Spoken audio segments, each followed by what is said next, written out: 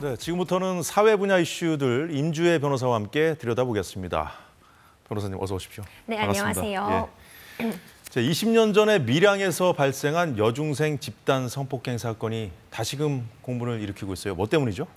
그렇습니다. 이 사건 많은 분들 기억하고 계실 텐데 정말 안타까운 사건이었습니다. 이 사건의 주동자들 중 가해자로 지목된 44명 가운데 사실상 처벌을 받은, 그러니까 전과가 남을 정도의 처벌을 받은 사람은 한 사람도 없었기 때문에 또 많은 분들의 공분을 샀던 그런 사건이었었거든요. 네. 이와 관련해서 최근 다시 논란이 되고 있습니다. 한 유튜버가 이중 주동자로 알려진 현재까지 신분이 이렇게 노출되지 않았던 한 가해자의 신원을 공개하면서 다시금 이 사건이 좀 수면 위로 올라오게 되었는데요.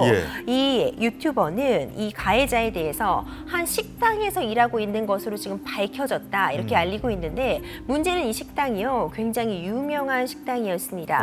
특히 이런 맛집들을 소개하면서 굉장히 홍보 효과를 누리게 해줬던 백종원 씨의 그런 유튜브에서도 등장했던 그런 식당이었기 때문에 굉장히 인기리에 사람들이 굉장히 많이 방문하는 식당이었거든요.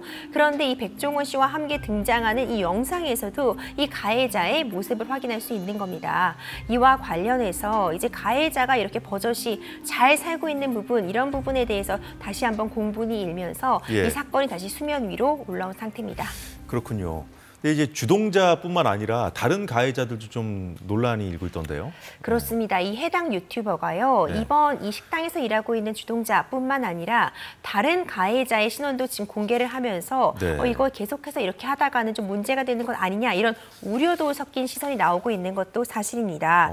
이번에는요. 이 가해당 남성이 사건 후 개명을 하고 한 외제차 전시장에서 근무하고 있다 이렇게 밝히고 있거든요.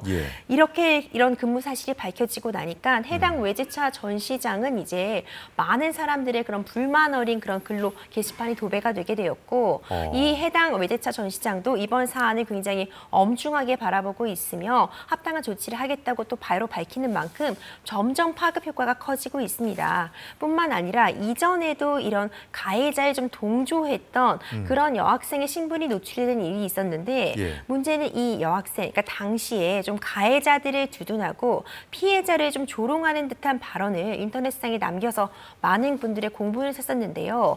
이 해당 여성이 지금 나중에는 경찰이 되어서 경찰로 근무하고 있는 것으로 알려지면서 과연 이것이 맞는 것이냐 이렇게 논란이 일었었고요. 이 해당 여성은 이 부분에 대해서 사과문도 게재하였지만 여전히 논란이 뜨거운 상태이고 이번에 다시 가해자들의 신원이 공개되면서 다시금 이 경찰의 문제까지 다시 드러나고 있는 상황입니다.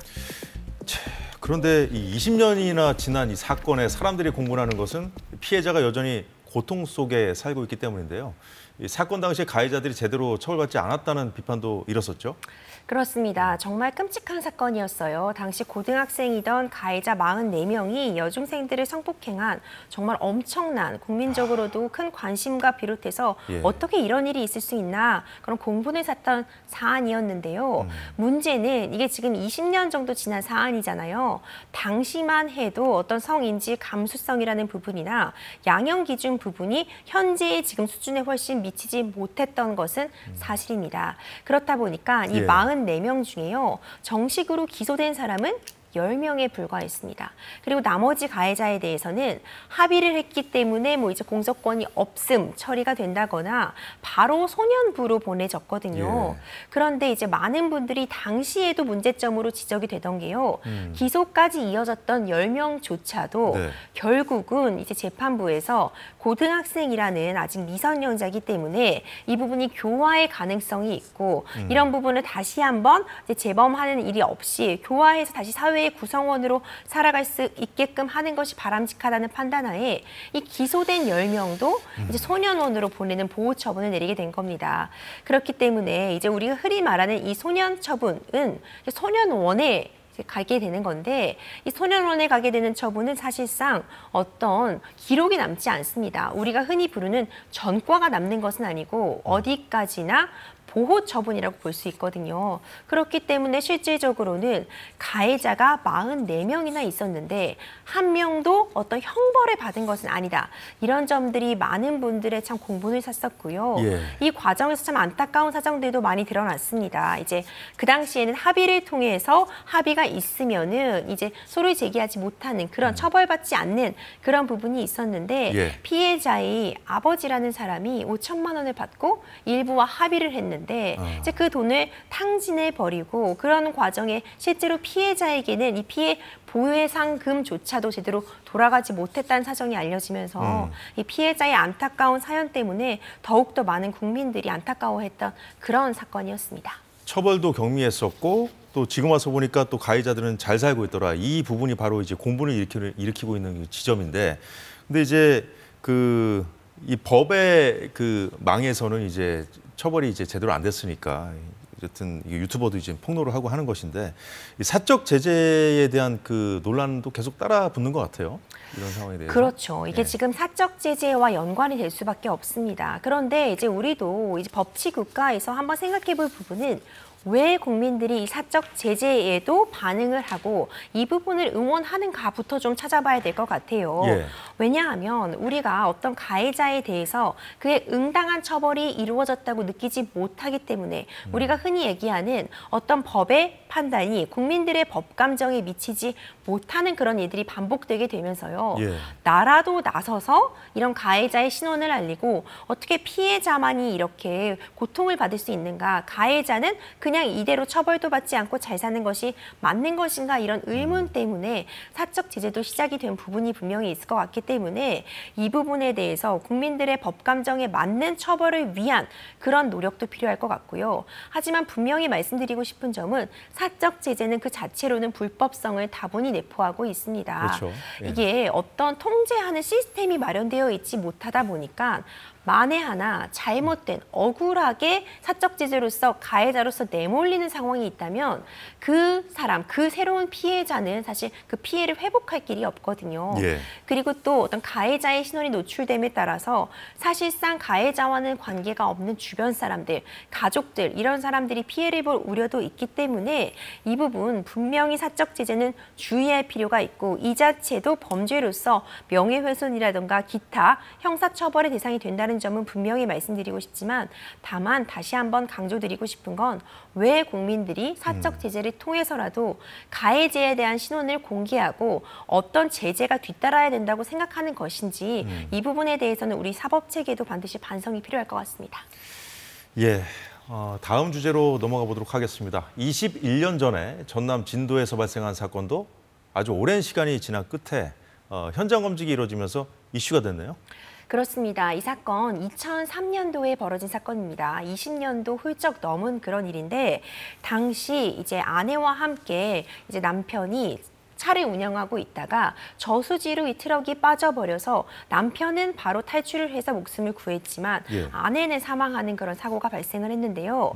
문제는 당시에 아내에게 막대한 보험금이 이제 남아져 있었기 때문에 네. 이제 이 부분에 대해서 이것이 졸음운전이라고 주장한 이 남편의 주장과는 달리 이것이 고의로 보험금을 노리고 아내를 사망하기 위해서 의도적으로 낸 그런 살인 사건이다, 이렇게 예. 봤던 그런 사건이었는데, 결국 이런 살인 부분이 인정이 되어서 대법원에서 무기징역을 선고받았거든요. 네. 근데 무기징역을 선고받고 여러 차례 재심을 신청했다가 재심이 거절되었다가 결국 이제 재심이 신청되었지만 또 안타깝게도 이 재심을 신청한 사람은 또 백혈병으로 투병을 하시다 또 사망을 하게 되었어요. 그러니까 사망한 상태에서의 재심, 그러니까 당사자가 없는 상태에서 벌석 재판으로 지금 재심이 이루어지고 있고, 예. 이 가운데 당시에도 가장 핵심적인 증거였던 것이 20년 전이기 때문에요. 이 해당 사건이 발생한 저수지 인근에 CCTV도 마련이 되어 있지 못했고요.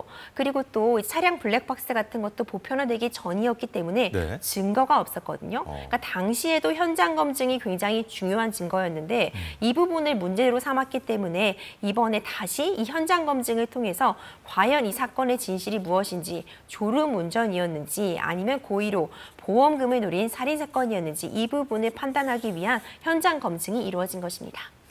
자, 그렇다면은 당시 이제 운전을 했던 그 남편이 사망을 했다는 거죠? 그렇죠. 예. 그러니까 이 부분도 좀 특이하다고 보실 수 있을 것 같은데 일반적으로 형사사건, 그러니까 누군가를 처벌하기 위한 형사사건이라면요. 당사자가 사망하면 이제 공소권 없음 처리가 되는데 이번 재심 사건 같은 경우는 특수성이 있다고 볼 수 있겠죠. 네. 그러니까 이 재심이라는 것은 어떻게 보면은 억울하게 처벌받은 사람의 권리를 회복시키기 위한 그런 부분이 있기 때문에 벌석 재판, 당사자가 없는 상태에서의 재판 진행이 허용이 되었고요. 그렇군요. 이 사건 굉장히 여러 차례 쟁점이 되었습니다. 재심 신청도 여러 차례 있었는데 이제 번번이 기각이 되어 오다가 다행히도 이 사건의 의문을 품은 충남 서산경찰서 전우상 전 경감이 예. 이 부분에 대해서 좀 문제 제기를 했고 결과적으로 어떤 수사에 있어서 미비점이 있었다는 점이 인정이 되어서 재심이 신청이 된 것이거든요. 하지만 아직 결론이 나온 것은 아닙니다. 예. 이번 현장 검증을 통해서 현장 검증을 해 보니까요.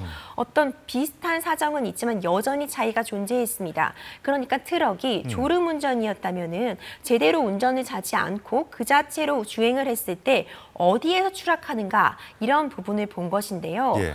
이게 문제점이 결국 다 모두 저수시 쪽으로 향한 것은 맞는데 이 떨어진 것으로 추정되는 지점과 예. 졸음 운전을 했다고 인정되는 곳도 좀 떨어져 있고요. 그리고 이제 검증에서 만약 현대를 인위적으로 틀었다면 어디로 갈지도 봤는데 그것도 좀 현장 검증에서 원래 그 사건이 발생했던 그 지점과 조금 차이가 발생을 하고 있거든요. 그렇기 때문에 변호인 측에서는 이것이 이 현장 검증 자체를 제대로 인정할 수 없는 증거가 된다. 그러니까 이 사람의 무죄를 입증하는 증거라고 하고 있고 검찰 측에서는 이 길을 보자면 당시에는 날씨도 맑았고 어떤 시야가 잘 확보되어 있는 상태였으며 도로의 단차가 크기 때문에 졸음 운전을 했다는 것이 말이 되지 않는다. 이것은 의도적으로 핸들을 꺾은 것이다. 이렇게 좀 팽팽하고 맞서고 있기 때문에 최종적으로 어떤 결론이 날지는 재심 재판의 이 판단을 좀 기다려봐야 될 것 같습니다. 예, 말씀을 듣고 보니까 좀 어렵사리 재심까지 해서 또 뭐 현장 검증까지 했지만 그 법정 다툼 앞으로도 좀 치열할 것 같다는 생각이 드네요. 예. 그렇습니다. 예. 마지막으로 가수 김호중 씨 구속된 이후에도 계속해서 언론에 입방하여 오르고 있는데 자, 이번엔 또 무슨 일입니까?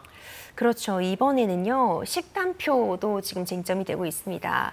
이 식단표라는 게 식단표요? 뭐냐면요. 네. 지금 김호중 씨가 구치소에 수감이 되어 있는 상태인데요. 네. 이와 관련해서 이제 많은 분들이 관심을 갖다 보니까 이 김호중 씨가 먹는 식사, 그러니까 구치소에서 제공되는 이 식단표도 같이 덩달아서 주목을 받고 있는 겁니다. 이 식단표를 보자면요. 예. 굉장히 영양가가 골고루 갖춰진 양질의 식사가 제공되는 것처럼 보입니다. 저게 대중에 공개가 되는가 보죠? 원칙적으로는 원래는 공개가 되어 오다가요. 네. 좀 이런 부분에 있어서 너무 좋은 식단이 제공되는 것이 아니냐 또 이런 논란이 되면서요. 다시금 이제 법무부에서 원래는 공개되다가 지금 일시적으로 또 공개를 하고 있지 않았거든요. 아, 그래요? 근데 이 부분과 관련해서도 사실은 누구나 볼 수 있는 자료는 맞았습니다. 근데 이 식단표가 공개가 되었는데요. 이 내용을 보니까 예. 너무 양질의 식사가 어떻게 보면 잘못을 저지른 사람들에게 제공되고 있는 것이 아니냐. 그리고 또 요즘 차라리 나라를 위해서 애쓰는 국군 장병들에게 더 좋은 식사를 제공해야 되는 거 아니냐. 예. 또 이런 논란까지 거세지고 있는데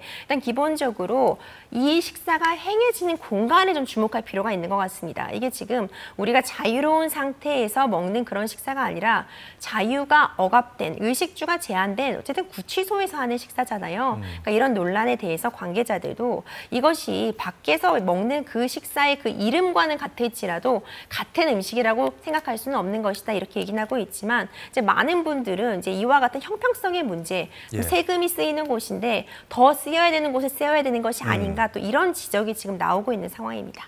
뭐 가끔씩 뭐 학생들 식단 문제도 이슈가 되는 경우가 있잖아요. 그게 좀 그렇죠. 생각이 나네요. 자, 김호중 씨 팬들의 행동도 계속 논란이 되고 있어요? 그렇습니다. 이 KBS 청원 게시판에 글이 올라온 건데요. 이제 한시적으로 김호중 씨의 어떤 그런 출연을 금하는 그런 노래도 나올 수 없는 그런 결정에 대해서 팬들이 좀 반발을 하는 과정에 예. 청원을 올린 겁니다. 근데 그 내용을 보자면요. 이 김호중의 팬클럽은 굉장히 다양하게 사회 공헌 활동을 해오고 있었으며 특히 지금까지 기부한 액수, 좋은 일에 기부한 액수가 100억 원에 달한다고 지금 주장을 하고 나오고 있는 상황입니다. 네. 그러면서 이렇게 좋은 일도 많이 했고 특히 세계적인 그런 영향력을 가진 또 재능을 가진 김호중 씨에 대해서 너무 이렇게 앞뒤 없이 몰아갈 것이 아니라 좀 선처를 해주고 또 이제 잘 반성한 다음에는 복귀할 수 있도록 해주자. 또 이런 글을 올리면서요. 또 금방 또 많은 동의수를 얻기도 했습니다. 이유에 대해서 동조하고 지지하는 그런 팬들도 충분히 있는 것 같아서 예. 굉장히 좀 논란이 되고 있고요. 그리고 또 한 가지 또 논란이 되고 있는 부분이 이 기부 내역. 그러니까 이건 일종의 지금 팬클럽 측의 주장, 일부 네. 팬의 주장이라고 볼 수 액수가 꽤 있는데요. 큰데요, 100억이면? 그렇습니다. 이 100억이 나오고 있는데 이 100억 중에서 75억 원 가량은 김호중 씨의 앨범을 구입해서 기관 등에 이제 기부한 것으로 알려져 있거든요. 그러니까 이것도 역시 기부 내역이나 정확한 기부 액수 같은 부분 역시도 지금 이제 주장에 불과한 상황이긴 하지만 이렇게 앨범, 어떤 특정 가수의 앨범을 기부하는 것이 과연 그 기부를 받는 입장에서도 필요한 기부였는가? 물론 기부 행위 자체는 굉장히 칭찬받아야 되고 숭고한 일이지만 이 앨범을 기부하는 것까지 기부라고 볼 수 있었느냐? 또 이런 부분도 또 의견을 제시하는 부분이 있는 것 같습니다. 예. 상황을 보면 이제 사건과는 관계없는 일들까지 논란을 키우는 모양새인데 사고 당시 김 씨의 그 혈중 알코올 농도 추정치와 관련해서 경찰이 새로 밝힌 내용이 나왔죠? 그렇습니다. 우리가 구속영장 실질심사했을 때의 죄목, 그 항목에서는요. 이 음주운전 부분은 빠져 있었습니다. 근데 그도 그럴 것이 음주 측정이 제대로 이루어지지 못했었거든요. 예. 그렇기 때문에 원래 혈중 알코올 농도가 최소 0.03%라는 부분이 딱 나와야지 음주운전 혐의를 적용할 수 있는데 당시에 측정을 못했으니까 일단 구속영장 실질심사에서는요. 위험운전 치사상, 그러니까 정확한 음주량이 측정은 되지 않아도 당시에 음주를 했고 이것이 정상적인 운전이 어려운 정도의 상태라면은 죄로서 다스릴 수 있는 위험운전 치사상만 적용을 했는데요. 수사기관에서 그 이후에도 좀 굉장히 많은 수사가 이루어졌잖아요. 예. 이와 관련해서 음주량도 당시에 그 해당 그 식사 자리에 동행했던 사람들의 진술을 비춰보자면 뭐 소주 3-4병 이런 이야기가 나오고 있고요. 그리고 뿐만 아니라 어떤 CCTV 증거라든가 그리고 특히 위드마크 공식이라는 것이 있습니다. 네. 그러니까 당시의 음주량을 측정하지는 못했다고 해도요. 시간이 지난 상태에서 당시에 어느 정도 음주를 했는지, 뭐 평소의 주량, 그리고 김호중 씨의 키나 몸무게, 그리고 사고 시점이 음주 시점으로부터 얼마나 떨어졌는지 이런 부분을 역으로 추산해서 계산할 수 있는 공식이 위드마크 공식이거든요. 예. 그런데 이 위드마크 공식을 김호중 씨에게 적용을 해봤을 때 당연히 음주로서 처벌받을 수 있는 수준을 이제 여유 있게 넘을 것이다 이렇게 예. 봤다는 것이죠. 그렇기 때문에 경찰 입장에서도 이 음주운전 입증 혐의에 굉장히 자신을 갖고 있는 것으로 보이고 이 부분에 대해서도 이제 입장을 좀 밝혔다고 볼 수 있을 것 같습니다. 예, 김호중 씨 관련 소식까지 잘 들었습니다. 지금까지 임주혜 변호사였습니다. 수고 많으셨습니다. 감사합니다. 네, 사사건건 오늘 소식 모두 마치겠습니다. 편안한 오후 되시고요. 내일 또 뵙겠습니다.